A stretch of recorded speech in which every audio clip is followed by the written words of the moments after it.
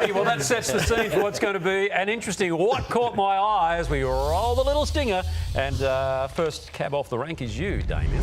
Well, TJ, as we know, Andrew Dunkley was a fantastic player for the Sydney Swans. 217 matches over 11 seasons. And just for those who don't remember him, he was a great player. Played against all the big-name forwards of the time. Had to fight his way through the Supreme Court to play in the 96 Grand Final after doing this in the prelim final, and then had that happen to him from Wayne Carey's boot in that particular game. A much-loved Swan, and we also know him these days as father of Josh and roaming Brian Taylor. Post-match, Channel 7 had this exchange with Josh and Andrew. Get him over. Where is he? Grab him over. Come over here, Dad. Come on, Pam. Quick. We need you over here. You can't say no. We're actually on live TV. My name's Brian. What's yours? Andrew. Good on you, Andrew.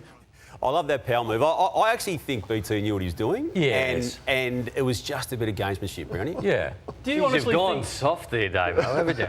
No, that's what I think it was. Because Did he chicken out? You chickened out from giving it to Brian. No, he would have had to have asked me to come with you on this, and now I can't because you chickened out. He would have had to have known that was Andrew. So yeah, because he's gone. Andrew said, "What's your name?" He goes, "Brian, what's your name?" It was a bit of a power move, wasn't it? You're scared of Brian too, are you? No, I love Brian. You're scared of him. I didn't speak to him for 18 months after he didn't speak to me, but no, we got on really well. But I think he knew what he was doing. He knows what that segment's about. I have never seen a retreat like so blatant in my life. That's exactly what happened. Brian, he was after you this morning, mate. No, he was after you. Definitely not. Hey, you remember last week, Stevie, you'd remember because you were watching the show, as you always do, Alicia Mewling, who of course will be up a little later on in the program, was out at the MCG because it was the match where we celebrate with Essendon and Geelong. Country game. Country game, that's right, the Farmers, and all the good they do for this country. Anyway, so Alicia was there in the pet pen with some little kiddies as well. This is new mum, Alicia Mewling. But I am in this mobile animal farm. Oh, sorry, darling. Because it is, of course. Sorry, sweetheart. Sorry. And here it is again. Bang! There, little karate chop to the forehead. And I'm pleased to report that girl is okay. Alicia, the match review officer, did give her 4 weeks, but she's back on this week. But it did take me back to the 70s when Peter Landy, in one of the first, this might have been the first live broadcast of a match, he got fed up with some of the kids there. Just gave a little one to the shin and just pushed it up. That was the great Peter Landy. He's still with us, of course, and but he did some great work, and that was one to him, and then the other one, just a little one to the face. Now, TJ, a few things have caught my eye this week. Let me just start by saying no one on this panel is safe. I'm the new kid here. I'm filling Lloydie's shoes for a day, and as I said earlier, I don't care if you don't invite me back. So we're going to start with you, Kano, because you're a 300-game Port Adelaide legend, a proud man. Now, let's talk us through the CUB draft. The last pick. The last pick in the draft. Can you believe that? You're a proud man. Now tell us what you think of this. Bernie Vince has been drafted before you. It's disgraceful. Oh, look at the acting. And you don't drink. It's disgraceful, isn't it? Like, of all the Lewis and Buckley, Buckley, he's 52 years of age, goes first.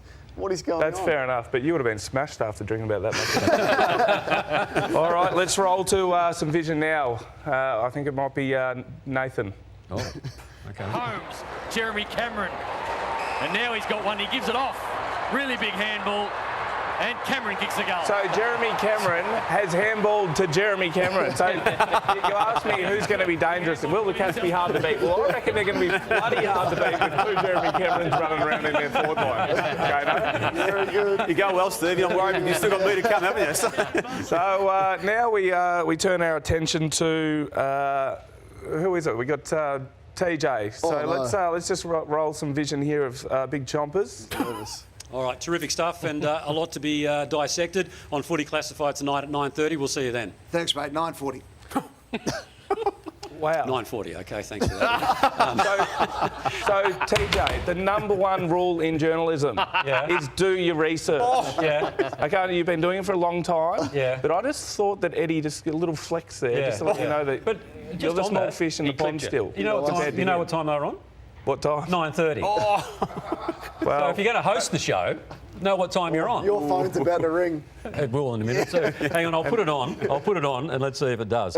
But anyway, it was on at 9:30. Yep, and g'day to Eddie. I know you'll be watching. The last one, so Damo, you've had a few cracks at me over the years, but we've got Eddie, quite a not good me, relationship. no. We've got a good relationship. Let's just roll some vision of Damo here. You can't help but feel your heart swell, can you? No, it's genuinely euphoric though, isn't it? For Yeah. so many people attached to the whole cause and the time it's taken and there's the joy that it gives so many people. But the challenge starts right now. I mean, as of tomorrow, this project has to be gotten right and it needs to begin right now. So Damo, everyone's talking up this new club. It's exciting,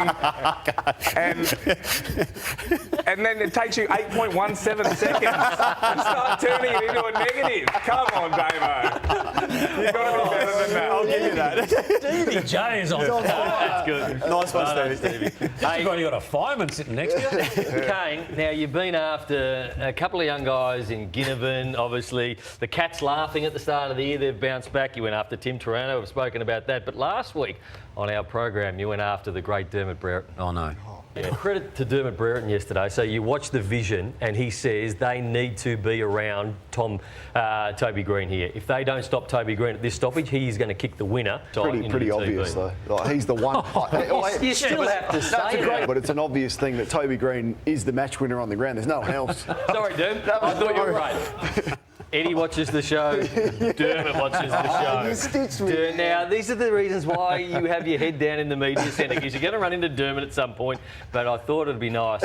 Dermot sent in a message for you. Oh, dear. Good morning, all, and morning, Corn. Kane, I saw your comments, read my commentary on Toby Green. Pretty obvious. That was obvious. Although it's obvious for people with a little bit of talent and a little bit of creativity. Not so obvious for people who made a career out of tagging, following others around. But stick with it. I'm sure you'll get there. Love the stuff you're doing in its own confined little space as well. But also, P.S. I loved how you went for the commentary also on North Melbourne's first quarter. Beat you by 15 hours with that one as well. I did that at half-time during the game. But stick with it. I'm sure that a man who's only won one premiership, just one. Everybody's won one, haven't they? You can actually accidentally win one. Once you start getting to 2, pretty good. 3, 4, 5, heaven forbid. But anyway, stick with it, mate. I love what you're doing so far. And look forward to seeing you very soon. Bye, Kurt. Very good. That's Very great. good. Hey, is almost Donald Trump-like the way he delivers that? Yeah, no, very good and fair. Fair, I thought. Derm, good response. Now, I'm at the Plasma. Oh, And really? you don't come to the Plasma for no reason.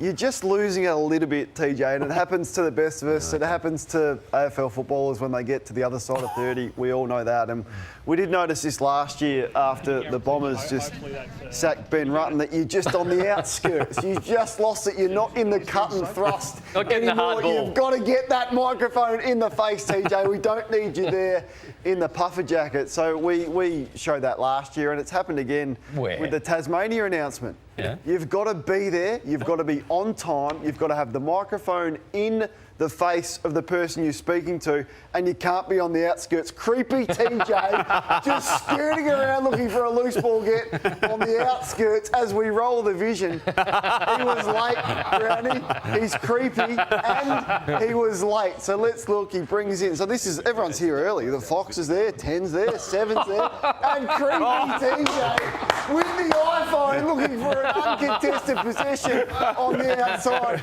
Just got there late.